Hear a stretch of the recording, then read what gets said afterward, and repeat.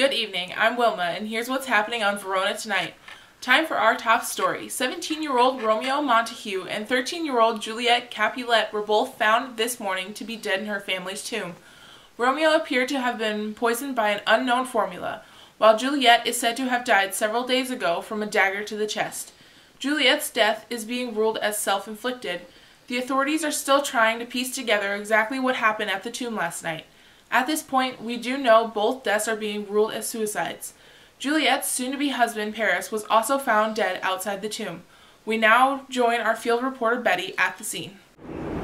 Thanks, Wilma. As stated earlier, Romeo and Juliet both died here last night, but we're still not exactly sure what happened. I'm here at the scene of the crime, the Capulet tomb, with Friar Lawrence, Romeo's mentor, and the nurse, Juliet's confidant, who both claim to have all the answers the police need in solving this murder.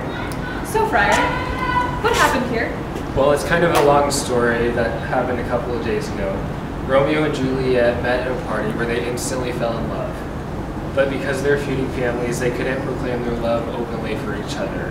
Romeo came to me for help, where I agreed to marry them in secret a couple of days ago. So, Romeo and Juliet were married?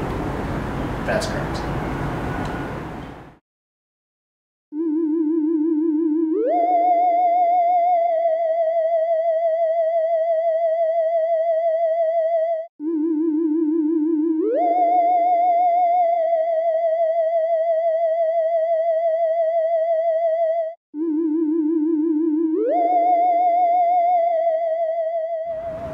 I am now joined by the nurse, Juliet's confidant. What else can you tell us about this case? Well, Juliet and Romeo's parents didn't even know that they were in love. That's why Mr. Capulet agreed to marry Juliet off to Paris. But let's not forget about the two other messy deaths involved in this. Romeo's close friend Mercutio and Juliet's cousin Tybalt. And now they're both gone. Yes, our hearts go out to both of them. We haven't forgotten. For those of you who don't know, Tybalt had openly challenged Romeo in the marketplace a few days ago. Romeo refused to fight, but afterwards his cousin, Mercutio, decided to take on Tybalt, which resulted in Mercutio's death. Tybalt then was killed by Romeo in revenge, who then fled to a neighboring city and must have returned sometime in the night to Juliet's tomb.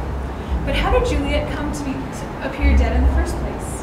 When Juliet heard that her father was marrying her off to Paris, she ran off to Friar Lawrence for a solution. He gave her a sleeping potion that would make her appear dead for a few days. Well, I was hoping with the extra time that I could get a message to Romeo and smooth the whole affair over with their parents. But unfortunately, the messenger got detained and was not able to tell him that Juliet fakes his death, which caused him to jump to conclusions. And now they're both gone!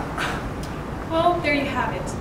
I'm just now receiving word the police would like to take these two to the station and ask them a few questions themselves. But thank you both for joining me tonight. You're welcome.